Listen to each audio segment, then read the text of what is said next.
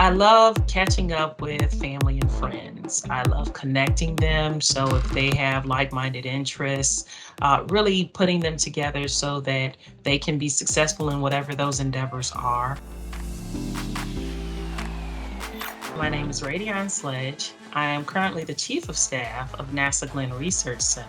As Chief of Staff, I assist the Center Director and her directors, the Associate and Deputy Directors, with the general operations and administrative support of the center.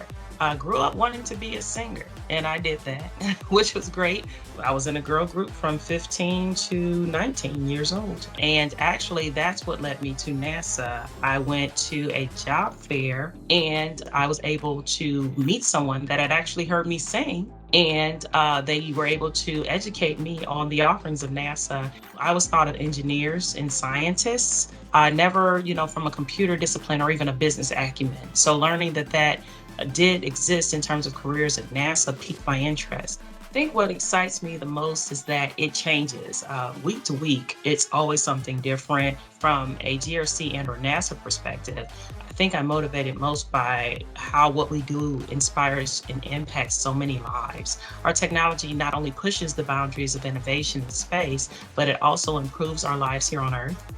I remember horseback riding in Hawaii, and I was on this horse. It was very temperamental, and they told me his name was Tom Tom, and if you kicked him too hard on the side, he would just go off like, he was in the Wild Wild West or something. And so I would just let him do it. And we got to a very steep hill in the countryside, and we were riding up it sideways. And I almost fell off, but it was super fun.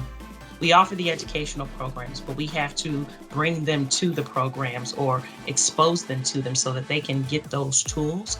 Just like the rudiment of the African diaspora, it takes a village. So we have to work within our inner circles and our contacts to make sure that they're educated and aware of those opportunities. And then I'd also say that we have to teach them to never take no for an answer.